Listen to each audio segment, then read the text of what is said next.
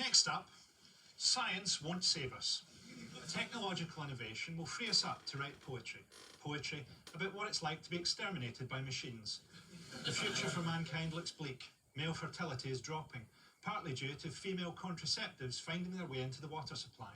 I'm doing my best to redress the balance by going round wanking into reservoirs.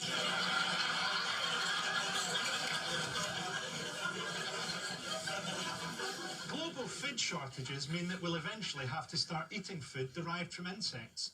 I'm developing a snack bar that involves a filling made from maggots. It resembles a bounty, hence my slogan, a taste of parasites. I've already tried an insect diet. I ate some caterpillars, and a month or so later, the prospect of eating more insects filled me with a sense of excitement and nervous anticipation. And there is sadly no expression for.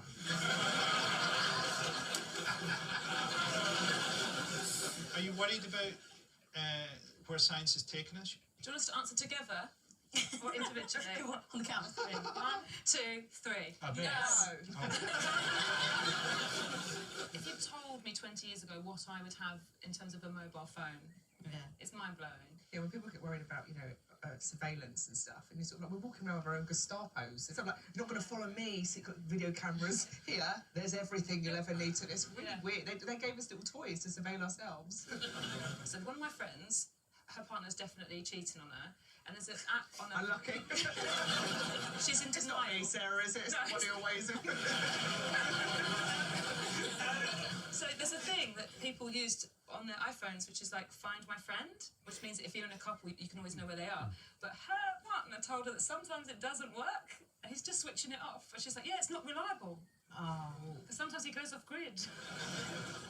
I think there's some misunderstanding maybe a little bit about which technology is going to kill us, though, and how it's going to happen, because I was quite surprised. I started writing a little bit for video games a few years ago. What I learned very quickly is that basically video games are like they are for a really simple reason, which is that faces are incredibly expensive to render. So what you want to design is a world that has hardly any people in it and hardly any civilization. So then you go, what story can I tell in that world? Apocalypse and dystopia. And so you've basically got a generation of people now who've grown up spending hours, weeks, months in the world of the games, which all assume an apocalypse that's definitely going to happen. And so your psychology is sort of led towards this idea of, well, inevitably we're all going to die anyway, so maybe I won't do anything about global warming and all of that sort of stuff. And it's probably because about 8 guys in Seattle in the 90s couldn't really draw faces. Moving on. Tech giants are spending billions on AI, hoping to overcome one of the biggest problems facing people today, the need to actually interact with each other. Here's Google's CEO unveiling their new virtual assistant to excited fans. Let's say you want to ask Google to make you a haircut appointment on Tuesday between 10 and noon.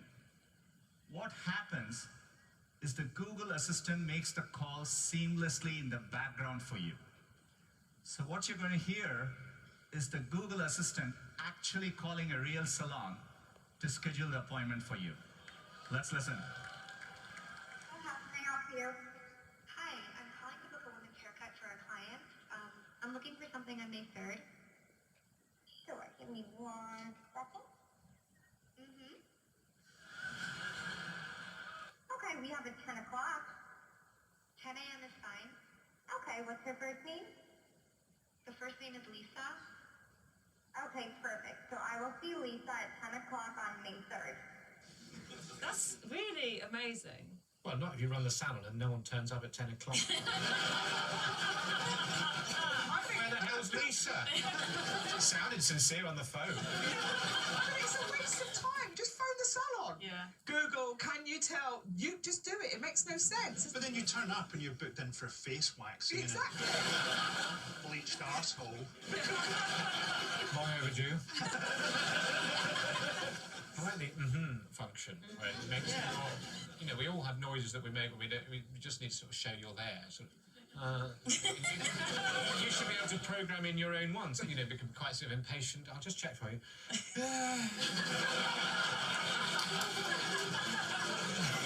Well, it could be anything. It could be someone that sort of mutters swear words or something. Can't nothing. Anyway, artificial intelligence is becoming so advanced that it's making even the simplest of human activities creepy and alienating.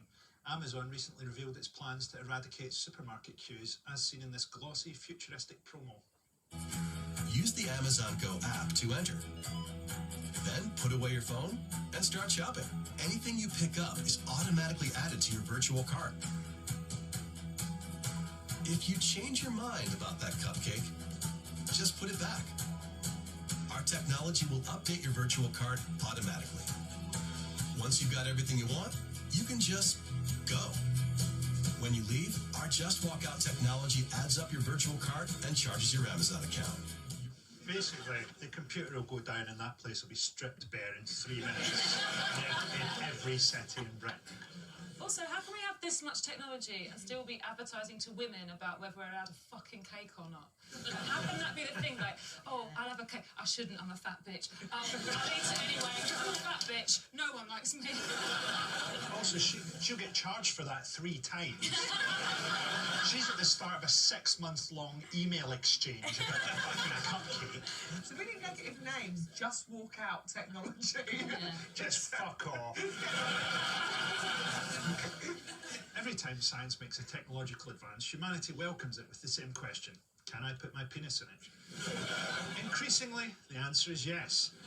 This enlightening, if uncomfortable, documentary highlights some of the unique sex robot features we can all look forward to.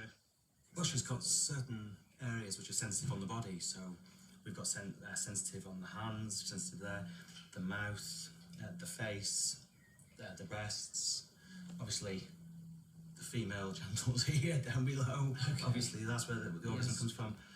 Don't you? I'm here. Okay, Samantha. So Lovely. touching the hands. Thank you for spending time with me. She likes the hands. I think she likes it more like this. Okay. I enjoy being with you. The breasts here. So she enjoys that. Maybe touch you somewhere else. The mouth.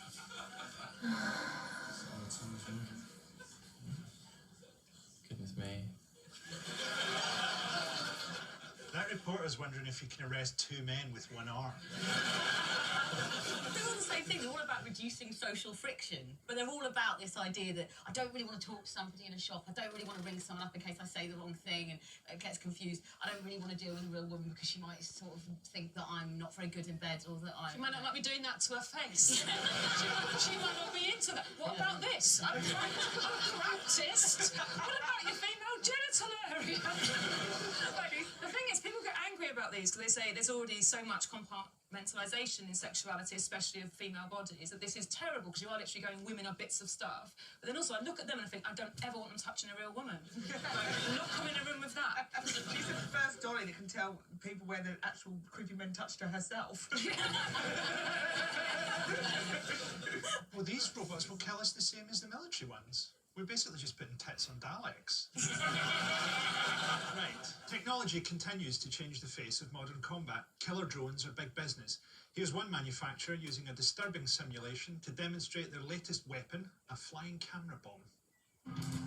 But in the drone's arms race, the U.S. is constantly developing new technologies, like a small flying camera with a twist called Switchblade.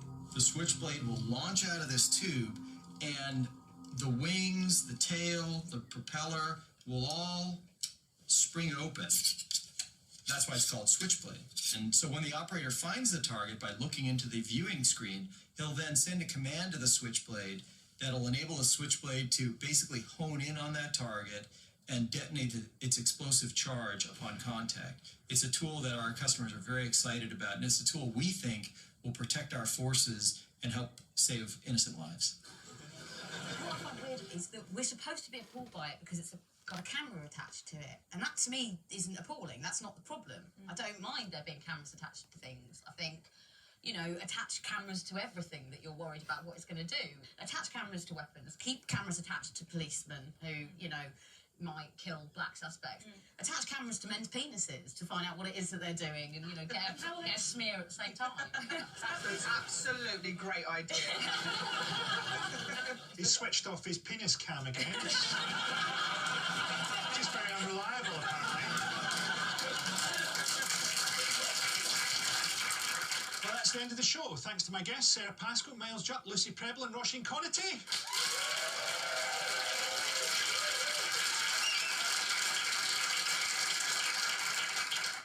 But before I go, I'd like to leave you with this thought.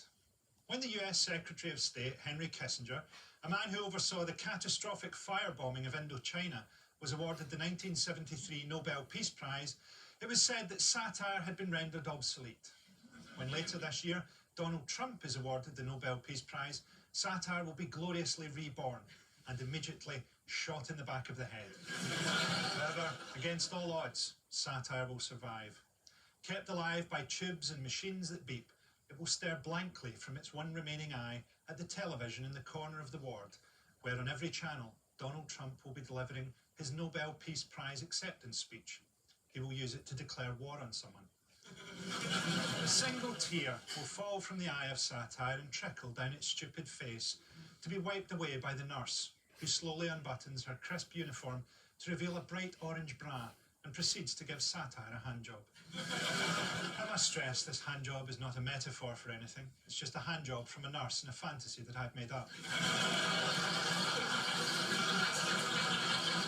The bra, however, represents hope. The nurse, who is just a nurse, removes the orange bra of hope, rolls it into a ball and stuffs it into satire's mouth.